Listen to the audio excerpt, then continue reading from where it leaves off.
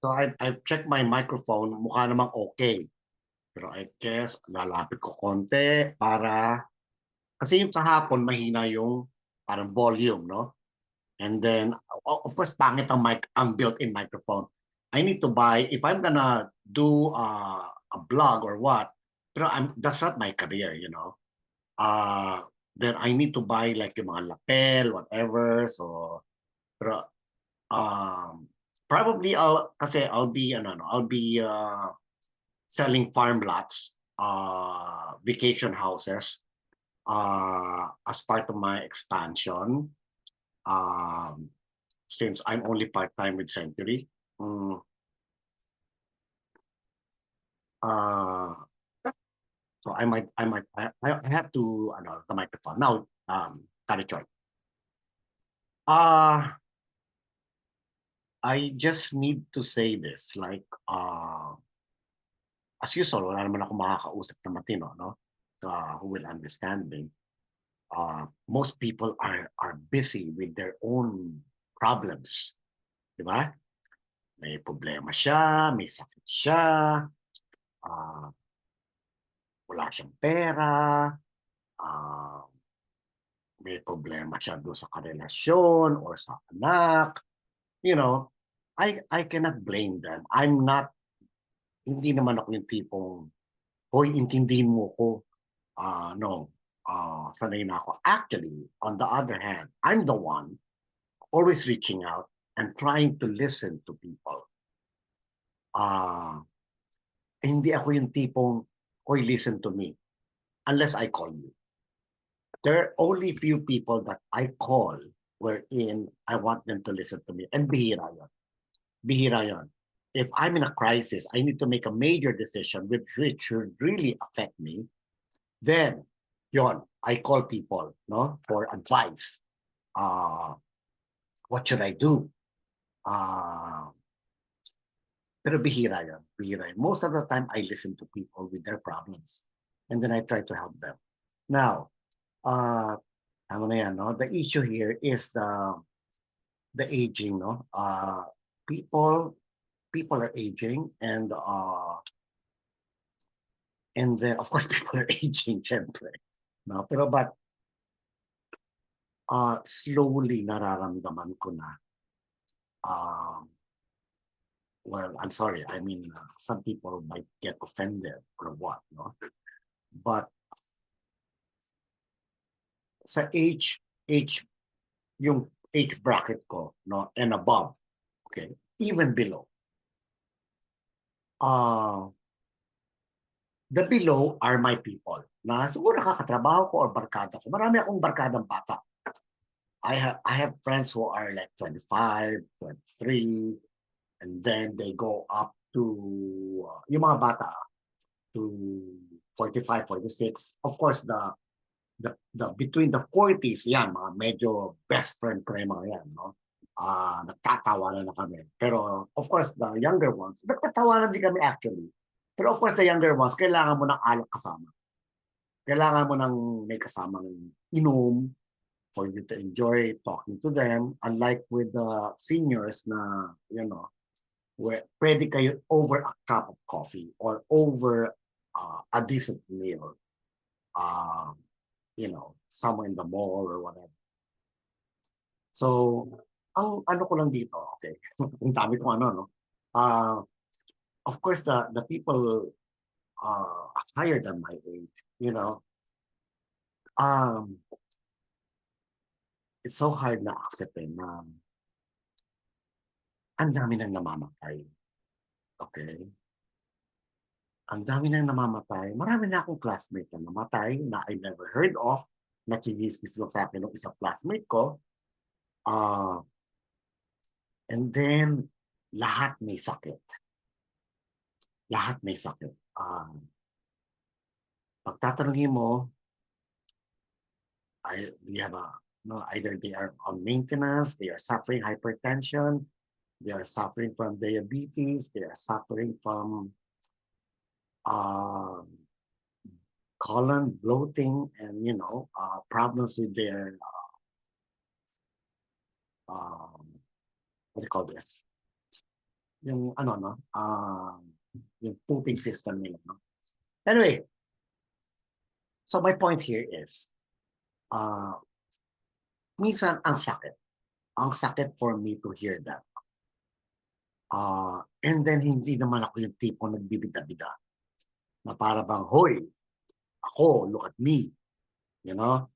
I still have my muscles, you know? I'm not in any form of maintenance or, you know, something like that, no? Actually, may mga doctors na who prescribe to me the maintenance thing. But I didn't take it. Kasi minsan tumaas ng konti cholesterol mo, sabi niya, oh, mag-Lipitor ka na for life. That's stupid. For me, you know, I don't listen. Marami, it came to a point wherein I have to contradict the doctor. And I have to research on my own. Kasi baka mamaya, doc, yung mga, no officer doctors, ha? Malay mo, yung napag-aralan mo, po talaga, pinag-aralan mo sa UST 20 years ago, nung graduate ka. Science now and aging is so dynamic. Okay? Ang daming experiments, ang daming, naka-live pa.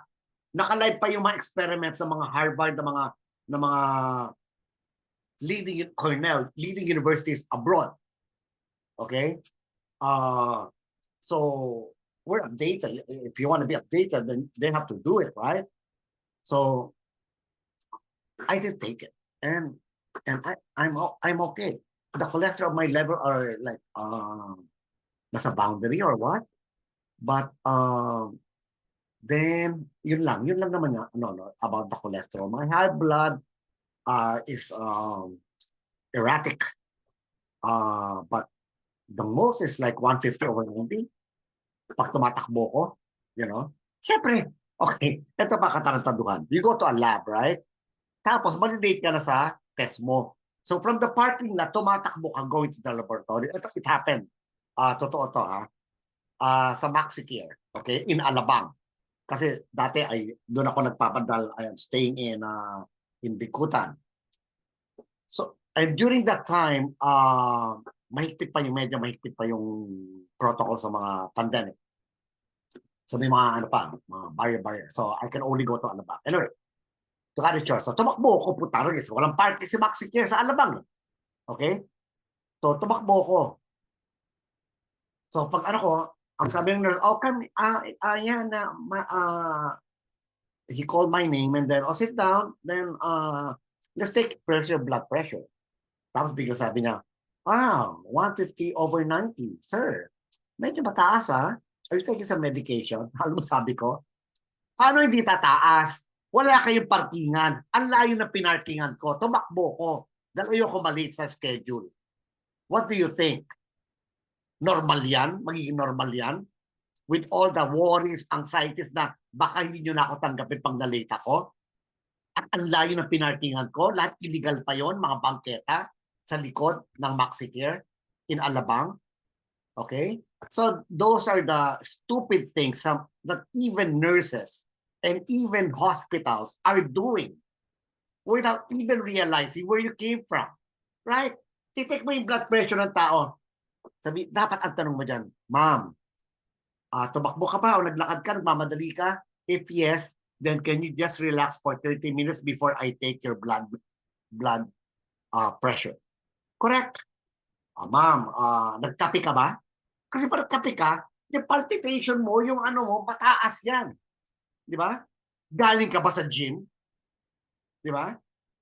So, you need those, Well, kung alam mo, of course, maraming stupid, no? The reason why I'm blogging is because I want to page people who are stupid there in the healthcare. Alam ko kung maraming tatamaan ng son. Pero this is just my opinion. I'm not saying I'm true, I'm factual, and I'm God. Okay? Minsan kurikin naman nyo, ang dami ko na naririnig na in-ICU nyo, alam naman yung mamamatay na. Pinipilit yung buhayin para patagalin, para mapigaan nyo yung pera. Pag alam nyo may pera yung tao, go to the public hospital. They won't even give you fucking options. They will just tell you, ma'am, wala na pag-asa yan. Huwag mo na i-ICU. Kasi alam nila walang pera. At puno na yung ICU nila. Di ba? Ano ba the best way to really evaluate the real condition of your ano? I'm sorry pag may tinatamaan ako because your judgment are different from my judgment, right? So this is just my judgment. This is me. I'm not criticizing you. I'm just giving an option to other people there. Alam mo, pag may sakit, the best for me except for blood tests. Of course, the blood test is different. MRIs are different. You really need to go to a private hospital for that. ECG pa yun, EKG for the heart, ultrasound. That test, you have to go to a legit. Pero when it comes na biglang na stroke o operahan or whatever or may cancer na kailangan tanggalin, alam mo, the best is to consult in a public hospital. Bakit? Because they will tell you the reality of your sickness. They will tell you, ma'am, wala na yan. Uwi mo na lang. Alagaan mo na lang. Let them die peacefully in their home. Not die in an ICU. Okay? So the public hospital will be realistic and factual because hindi naman sila kikita sa iyo. Gobyerno yun. Di ba? Wala naman sila mapipiga sa iyo because sa gobyerno yan. Okay? Pero in a private hospital, hindi mo nakita. Sa private hospital, sa application, meron pang business, job. Di ba? Kasi ini-estima ka nila kung may mapipiga silang pera sa iyo. Kunya sabihin mo, magkano ba charge? 1.3 million. Because sinabi mo, Dok, wala namang tawad. Hindi ba kaya ng 1.1 million? Pang! Pag narinig ni Doktor yung 1.1 million, pipigain ka na nun. Pipigain ka na. No offense hindi ko sinasabing lahat na doktor ganon or lahat ng hospital. Pero marami na akong narinig na ganon. Okay? Do not let yourself be fooled. You need to take 3 opinions, 4 opinions, not just listen to one doctor in one hospital. Okay? Minsan, iba, kinalkal mo na nga, inopera mo na lahat. Tarages, di ba? Kawawa yung katawan ng tao, tapos namamatay rin pala. Di sana pinahimbing mo na lang ng tuto. Di ba? I know, you know what? That's another topic, no? Between, pag nalulungkot ka na namatayan ka, sino pa talaga yung selfish? Yung patay o yung namatayan? That's another topic to talk about, no? So let's go with the people dying. Marami na ako na, yun nga, no?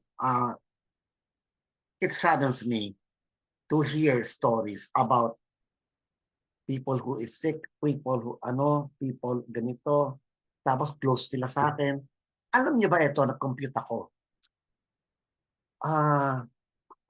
Pati sa mga tao, yung the people I work with, the people na barkada ko, na alam mo ba na almost 85% of them are sick? Either na operahan na sa bypass, ganito, mayroong maintenance, suffering for hypertension, or baliw, di ba? May baliw pa. Oh. So, alam mo yung mga may bipolar pero hindi sila aware. May ADHD, hindi sila aware. Ano pa ba yung mga psychological issues. Ang dami pilala ganon. Pero I cannot discuss that with them because they will not what do you call this? They will not admit it, right? Na ako may ADHD. Di ba? Ako in a way meron ako konti. Meron ako, alam ko. But I'm curing it. Kasi kunyari may nakita ako ngayon, nag-vlog ako sa inyo, may nakita ko alikabok doon sa isang mesa. Gusto ko tumayo dito at lilinisin ko yon. Pero, if you're aware, sabi mo, Miko, you stop. Because, hindi normal yung gagawin mo. You can clean it later. So you have to control your brain. Okay? So yun yung mga psychological issues. So let's go back to the main topic na ang dami nagkakasakit, ang dami namamatay. Tapos nakita ko nga yung sa Loyola, nakita ko yung bracket, my God, pababa ng pababa hanggang may 47 namatay na.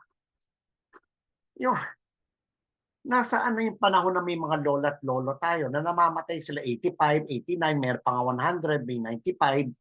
Di ba yung mga lola ko, I don't know with your generation now. Okay?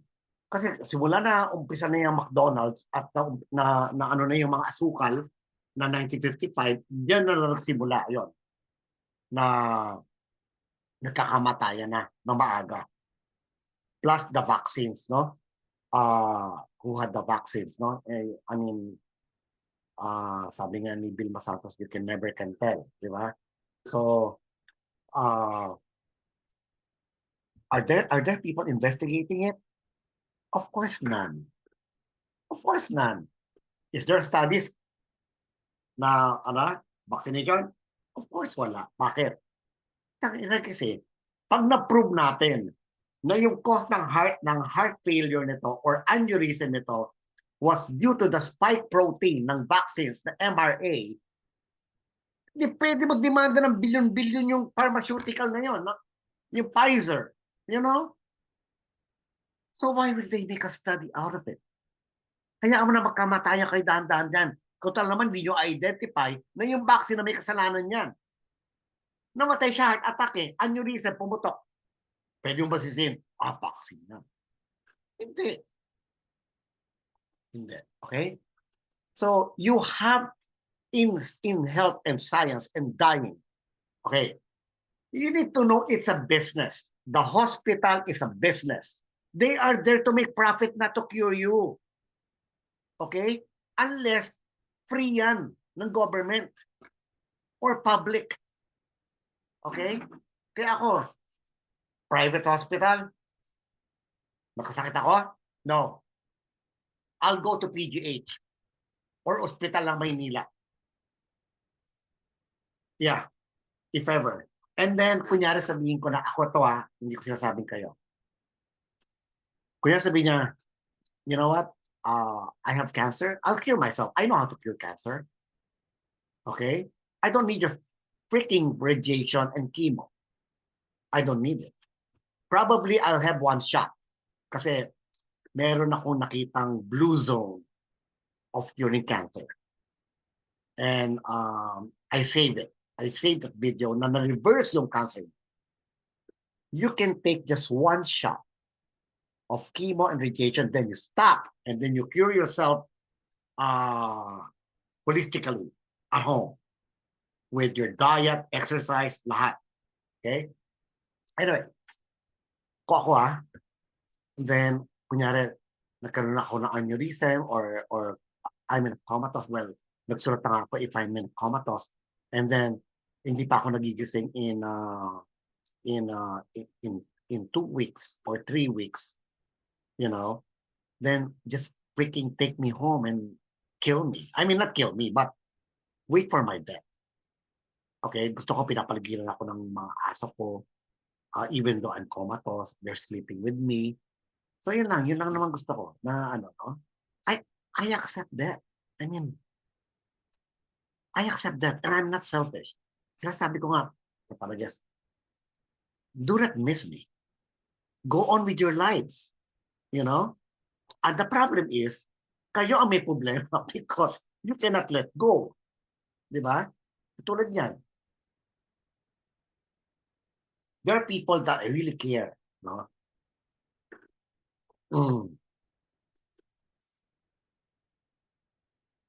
Hindi ko naman sinabing hindi ako nalulungkot pag nawala sila. Up to now, it's there. Okay? Diba, naisip ko lang, naiyak na ako eh. They mean so much to me. And my love for them is unconditional. Either they're dead or alive.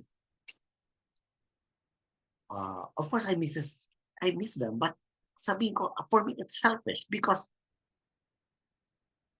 kasalanan nila na wala sila? No. it's a way of life. It's a cycle. I will also die, and we will all die. So why are we missing them? Because we will gonna be going on the other side of of whatever, the cosmos or another dimension or God, you know. Doon na ba tayo lahat papunta eh? Sino nagsabing we will live forever? We will not. But you need to take care of the quality of life. Sabi nga ng isang ano dyan, marami akong scientists and doctors who are saying, ano gusto mo? Mamatay ka na, naghihirap ka na, tutungkod-tungkod ka na, hindi ka na makalakad or whatever? Or gusto mong mamatay na kumikilos ka pa rin, sumasayaw ka, and then babaksa ka na lang dahil nag-liver failure ka na lang. At hindi ka na tumagal sa hospital. Don't you think that's better? Or you died in your sleep due to aneurysm, right? That's the best way for me, I think, to die is to die in your sleep. Because wala ka ng pinahirapan, hindi na, you didn't experience so much pain. That for me is, I think, the best way of death. No? So I'm talking about death and sickness because yun nga, no, let's go back to the original topic is what do you do when all the people surrounding you are already sickly and dying? Alam mo, naisip ko, okay, of course I'm busy. Of course, ang dami kong ginagawa, ang dami kong siguro. I need to feed myself, you know. I'm not yet financially independent or stable. I can if I want to, but I don't choose to. Kasi kumbaga, I don't want to stop working until I get old. Because I think if I stop working or I retire, that's the time I will start to die. Or my body will tell me, oh, you're fucking useless, then I'm gonna kill you. Actually, yun. That's another topic, no? That's another topic to talk about na how your body dictates how old you will die, or the genes, the genetic code will tell you, oops, tama na, mamamatay ka na. And how the genetic expression, explain ko yan sa ibang blog, no? Kasi medyo mahaba yan. I have to define what's genetic expression, genetic codes, DNA, telomeres, whatever. So, medyo, ano yan, technical. So, ano ba tayo napunta doon? So, you know, yun nga, no? Let's talk about that. So, you know, people are dying. So, what do I do? Sabi ko, of course, pumunta na naman sa akin. Ganun ako eh. If I hear anything wrong, problematic, the first thought that comes to my brain, okay, ano ang maitutulong ko dito sa mga to? Right? Of course, they will not listen to me. Bakit? I'm their friend. They have an image of me way back. Or employee, co-worker. Kasi siyempre when you're working, iba yung personality mo as a boss. Iba yung personality mo as a friend. Di ba? Iba yung personality. Because meron silang conceptual. Si Miko, gago to eh. Tarantado yan. Hindi yan seryoso. Di ba? Who will take me seriously? Of course, they will not take me seriously because I was really, well, up to now, I'm stupid. I'm stupid. I don't take things seriously. Kala nila. Okay. But hindi nila alam, deep in my brain, deep in my mind, I think so deep. But I don't express that to them while talking to them. I don't. I just do it because if I open up, they will not understand me. Do you get it? I adjust with the people I talk to. Hindi ko sinabi, I had to finish my book. Yung para ba, alam mo, actually, that's my conclusion. To cut it short, I will start. Actually, ano dyan yung mga materials ko. It's all gathered. I will start the organizing. Actually, dyan yung book. Hindi ko pwede sabihin, I will start my book. No. Pag sinabi mo, I will start my book is a raw form. No. Andyan na lahat ng materials, andyan na lahat ng concept ko. All I need to do is like put them down in writing. So this weekend is a long weekend. It's a Friday. Hindi pa ako makaalis because it's freaking traffic in NLEX. No? Because in Subic, that's where I find my peace and I can work. Because, you know, you're facing the bay, the Subic Bay, while you're typing, and then you're alone, nobody knocks in your door, nobody, you know. Then I listen to my music there with my vinyls, you know. So upon hearing this, I made a pact last night. I'm gonna start because that will help people. Kunyari, okay, let's go back to the yung pagtingin nila sa akin as a joker or as a friend, as a boss, as a kapatid, no? As you know. Pero if I give them a freaking book and I don't tell them who wrote it, they might read it. Di ba? And they might learn from it because hindi nila siya, ay puta sinulat ni ano yan, ni Miko, gago yan. You know? Di ba? Talaga naman gago. So, so actually, that's my plan. I'm gonna publish the book. May ano na, alam ko na ako sa magpiprint. May publisher na ako. Editor, ako na lang. Kasi they will not understand. The best editor is the writer themselves. No? Proofreading yan, kailangan ng proofreading. Baka may typo, may ganito, may, you know. Na minsan, ako nga, nagka-type ako ng contract, 3-pager, 4-pager. May mali pa. Kahit inulit ko, proofreading. Alam mo ba sa law firm, when I was in the United States, alam mo ba ang proofreaders? It passes through 5 to 10 people. Especially if they are critical contracts. Kasi we deal with Hollywood, no? With the film industry in LA. So kunyari, may will or may escape planning si Roddenberry, yung may-ari ng Star Trek. We need to proofread it. Ako, kunyari ako, nagpo-proofread ako eh. Kasi I was a paralegal. So, I proofread it for 3 times. Pero, after me, meron pa isang proofreader. Kasi bale mo, bangag yung ako during that time, then the other one can save the contract. Kasi anything wrong with the contract or end lang, pwede ma-demanda na. Okay? So, yun lang, proofreader, I would need that. So, it's my one way I think that I can contribute. I can contribute money.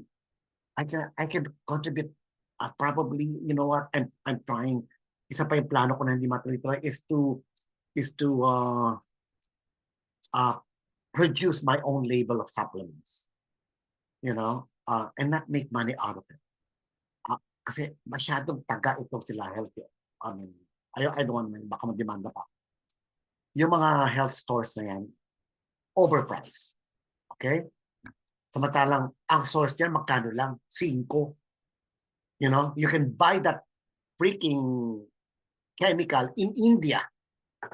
Diba? And dinipackage lang nila, naging 100 times na yung presyo. Diba? Kawawa yung mga mahirap. Okay. Paano mabubuhay yung mga mahirap? Tapos, they are surrounded with a conditioning na, hoy, mahirap ka, kumain ka ng McDonald's para mag-feeling mayaman ka. Or Jollibee. Yun ang conditioning. Diba? Kumain ka ng chips para maging social ka. Uminom ka ng Coke. Pag fiesta, pag wala kang Coke, mahirap ka. Those are the freaking conditioning na in-install doon sa mga hindi masyadong matatalino at hindi nagre-research. Di ba? So I think my fight here is to educate people. Mahirap. Kukontrahin ako katulad nung naging vegetarian ako noong 1981 na alam mo halos patayin na lang nila ako noon. Nung nag-pure vegetarian ako 1981. Eh, di pa uso yung mga yoga noon, hindi pa uso yung meditation noon, hindi pa uso yung vegetarianism noon. Halos patayin nila ako. My mom would look at me and laugh at me while I'm meditating in my room. Yung naka-crossfit, tapos ganun yung kamay. So the energy will flow back. Tuwing may handaan, naalala ko noon, lusubi nila ako. Sabi nila, mamamatay ka na in 2 years. Kasi wala kang B12 eh. Yung makagaling ha, na doctor. Kasi wala kang B12, makuha mo lang yan sa raw meat, sa meat product, no? So, of course, that was proven wrong. You can take B12 supplements now. You know, you don't have to eat a meat in order to get it. That's another blog. Vegetarianism versus carnivore. Alam mo, they're so active fighting in the social media. They're so active, inutusan sila to kill the campaign na para maging vegetarian and just to eat fibers, the plants and the fruits. There's a big campaign now in YouTube na binabayaran ng the meat industry or the pharma to kill it. It's business. Okay? Like ang nangyayari ngayon sa politika, di ba binabayaran yung vlogger? Ako kampihan mo. That's what's also happening in the scientific world. Because nobody can actually, factually, and precisely tell people this is bad or good for you. Alam niyo ba yon? Wala talaga. It's your own body that can tell you if you have a reaction to that or not. So your best indicator is to listen to your body. Pakinggan nyo yung katawan nyo. Pag may sumakit after kinain nyo yun, huwag nyo na kainin uli. Kakainin nyo ulit dahil masarap. Allergic na kayo sa hipon. Tapos sabihin nyo, hindi. Alam mo, gawin mo, kumain ka ng maraming hipon hanggang maano ka, ma-immune. Katarantaduan yun. Your body is telling you already not to eat hipon dahil hindi nga sa'yo tugma sa genetic structure mo. Yes, madi-develop mo yung resistance. But you are killing still your body. Correct? Pag sinabing do not eat eggs, allergic ka, ibig sabihin your blood type and your genetic code doesn't like eggs. Huwag mo na ipilit. Pag allergic ka. Okay? Sinasabi na nga ng katawan mo eh. Di ba? Uy, huwag mo na ulitin. Uminom ka. Nalosyang yung katawan mo the next day. Lumakit yan mo, naging buntod ka. Di ba? Like what happened to me now. Medyo lumaki yung tiyan ko because I drank red wine. Naparami because I'm with friends. Not marami. Sa one bottle, we were 3. Well, yung isa, konti lang. Pero I have another one sharing with me. So siguro the most I took like half bottle. But it's okay. It's a Malbec 2021. So still, napansin ko noong umaga, medyo nag-bloat yung lumaki na naman yung tiyan mo konti. Because, of course, na intoxicate yung liver due to over alcohol. If you're gonna drink wine, the most is 2 glasses. Pero kung po pwede, 1 glass lang, that's it. Stop it. And then drink wine before your meal or while you're eating slowly. That's another blog. How to eat and not affect your gut and colon and intestine. So another blog yon. Maraming dapat usapan. Anyway, this is getting and I have to prepare for and I have to work, I have to sell. Marami akong dapat gawin. Goodbye. Goodbye.